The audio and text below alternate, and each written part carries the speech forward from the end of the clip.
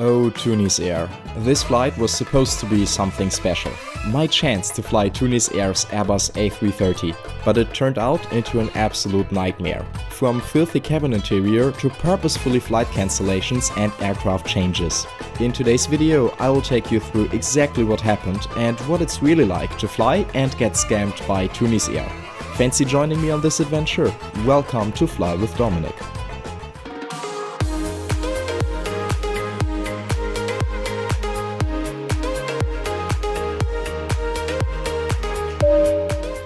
Hey folks, and beautiful good evening from Paris Orly Airport Terminal 4. Today I'll be flying all the way to Tunisia's capital Tunis on board a Tunisair Airbus A320 in economy class. And actually this is quite a special flight for me, as I'll be traveling through Asia and Australia for the next 2 months. And this is the kickoff flight, to say so. And being honest, this journey has already started rather disappointing. Not only because Tunisair changed today's operating aircraft from an Airbus A330 to an Airbus A320 narrow-body airplane, but also because today's flight is already delayed by 2 hours. But anyway, let's finally take a closer look around Terminal 4 and head to the check-in. The journey began as said at Paris Orly Aéroport. I'm really sorry for my bad French. Terminal 4. By this time of the evening, the terminal was already winding down. I was one of just a few passengers around at this late hour. Today's flight TU-723 was initially scheduled to leave at 8 p.m. and is now delayed to 10 p.m. Would I normally feel scammed because of that? Definitely not. Do I feel scammed by Tunisair because of that? Definitely. But why? Let me explain right after the check-in, which was located at counter 47 and a real rush thanks to the rather empty terminal. Alrighty, the check-in's all set. The staff was really nice, although I got to say that it was kind of difficult to communicate with them, as their English level was not that high. Well, mine neither, but a little lower than mine. And furthermore, I am almost unable to speak French anymore. Actually, I had French in school for, I guess, 4 years. But this is already so many years ago, and I never used this, or I literally never used this language afterwards. So I do have big difficulties speaking French, being honest. But anyway, as I already said, the staff was really nice. So yeah, don't waste any more time and head right to today's gate. Regarding the delay, here is where things got complicated. My original booking was on an Airbus A330 scheduled for 8 p.m. But one day before departure, Tunisair delayed the flight to 10 p.m. and swapped the aircraft for an A320. Interestingly, there was another Tunisair A320 scheduled at the very same time, which ended up being cancelled. So it looks very much like the airline consolidated 2 flights into one, filling up this single A320 and sidestepping EU compensation rules, as they would need to provide the possibility to refund the 10 p.m. flight if they postpone it to 8 p.m. But there was no compensation if the 8 p.m. flight gets delayed by 2 hours. Efficient for them, but less exciting for me, since the A330 experience and the earlier departure time was the reason I booked in the first place. And actually, this is not just a random circumstance. This has happened quite recently in the past. They are just trying to catch more passengers by offering an earlier flight at a more convenient time and just delay it in the end. And as long as the delay is less than 3 hours, the passenger has no chance for a refund or even a rebooking. I just made it through both security and passport control, and I got to say that the passport control was actually quite a cool experience. Basically, the gates for citizens of the European Union have already been closed, and there was an agent coming to me and asking if I have a passport from the European Union. And I was like, yeah, I have a German passport. And in the end, he took me all the way to the front of the, rather long queue and just asked a border patrol officer to do my passport control quickly before everybody else, although I'm not even in a hurry. But won't complain about that, hey? By the way, Paris Orly opened in 1961 and was for decades the city's primary airport until Charles de Gaulle took over. It still handles over 30 million passengers annually and is a hub for French domestic flights, low-cost carriers and airlines like Tunisair serving North Africa. On the way to the gate, many shops were already closed or in the process of shutting, but the gate area was surprisingly impressive. comfortable lounge chairs, dedicated workstations and endless power outlet. This is certainly not something you see at every European airport. Honestly, I have not been to Paris Orly often in the past, and it's really sad because I actually really like this terminal building, at least today's Terminal 4. Well, I finally made it to today's gate F03, and I got to say that I do have quite a, impressive view on today's Airbus A320, which is standing somewhere there, right next to me. And I guess you guys are already looking forward to some information about today's Airbus A320, right? Here you go. Today's Airbus A320 is registered as Tango Sierra-India Tango Alpha and was initially delivered to Bahrain's national airline Gulf Air in December 2010. Since May 2023, it's active for Tunisair after being stored at Amman airport for roughly half a year. Boarding began close to the revised time, so it was finally time to get my boarding pass scanned and walk through the jet bridge towards today's A320.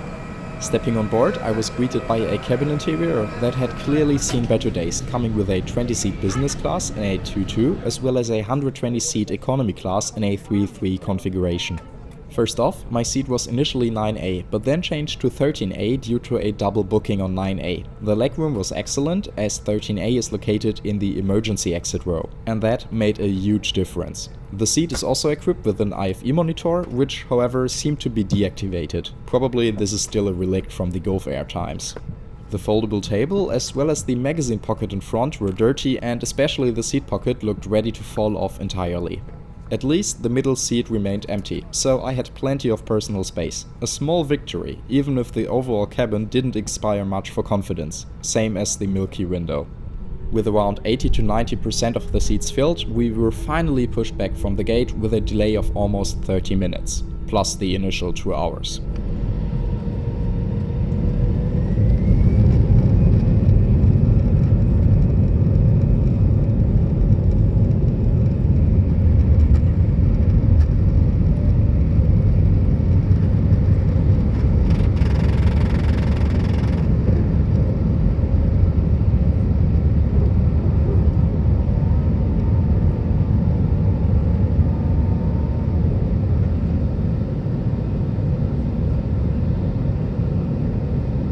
Alright, just about 20 minutes after takeoff, the cabin crew has switched on the cabin lights, as you can see, and kicked off the onboard service. And I got to say that in contrast to the overall cabin interior, the meal looks actually pretty good. So let's take a quick look at it and give it a taste afterwards. Getting served a hot meal in economy class on such a 2-hour flight is certainly a really pleasant surprise. For main, I was served some sort of a chicken biryani topped with nuts. This was coming along a corn salad with olives and tuna, which I happily passed as I really don't like cooked tuna, as well as a crumble cake for dessert and the obligatory bread roll, which was unfortunately not heated up beforehand, but I think that's completely common in economy class these days. Drinks were also free of charge, including soft drinks, juices, tea, coffee and even alcoholic options. So let's give the bread roll a try first, which was unfortunately not really good. Although I had really high hopes for the main dish in the beginning, I was bitterly disappointed. The chicken was as dry as a car tire and generally rather flavorless. Finally, the cake was okay-ish, but also really dry, so I directly needed to take a sip of my orange juice right after trying. But let's take a closer look at this A320's cabin interior, starting with the contents of the seat pocket in front. First off, there is a sick bag as well as the safety card of today's Airbus A320 aircraft, which was in a dreadful state, but honestly, this is not a big shocker to me anymore after seeing this interior. Also, Tunisair offers some duty-free products such as perfumes, lipsticks, watches, cigarettes and alcohol, but unfortunately no airline-branded souvenirs. As indicated beforehand, the monitor of the IFE system remained deactivated for the entire flight. This applied not only to mine, but to all. The windows were also rather on the milky side, which is unfortunately hard to see on camera. The seat pocket was about to completely fall apart and already sprinkled with chewing gum from former passengers. I'm actually wondering if these chewing gums are from Bahrain or from Tunisia, but anyway. Finally, the flexible headrest was a little too flexible and also not really working anymore. Honestly, I just really hope that the technical condition of this aircraft is better than the cabin's condition. After about 1.5 hours of flying, however, the fasten seatbelt sign has been switched on again and we have commenced our descent into Tunis.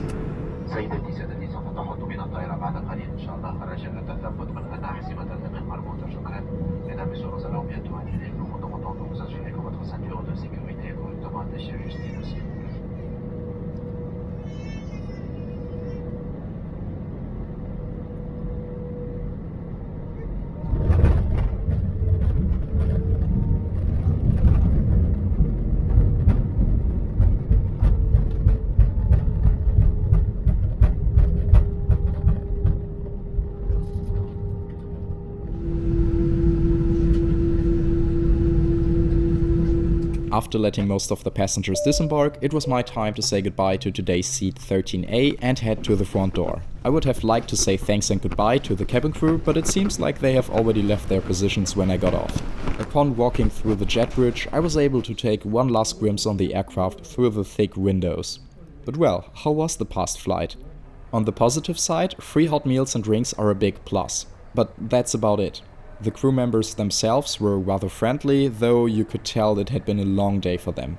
Service was polite, but with a kind of slight tired efficiency that comes after multiple sectors in a row, which is honestly understandable for me as a former cabin crew member. On the negative side, however, the cabin's condition left a lot to be desired, and the disappointment of losing the A330 was hard to ignore. Also, the rescheduling tricks and the late night delay didn't exactly help the overall impression of Tunisair either. So finally, after this bizarre and, well, being honest, also just disappointing flight, I can only say thank you guys for coming along to today's trip report. Let's grab my bag and head down the stairs. As always, it has been an absolute pleasure to entertain you the past 10 to 15 minutes, depending on how I will edit the video. Now it's time for me to finally head through the immigration control in order to step on Tunisian ground for the very first time in my life. I'm pretty much looking forward to this. I will stay here for 2 days before heading to Guangzhou, China, via Jeddah on board a Saudi Boeing 787 and Airbus A320 firstly to Jeddah, and then afterwards the 787 in business class. Pretty much looking forward to this flight experience, so stay tuned and feel free to subscribe to my channel if you do not want to miss these upcoming videos. Finally, I wish you guys all the best, stay safe and cheers.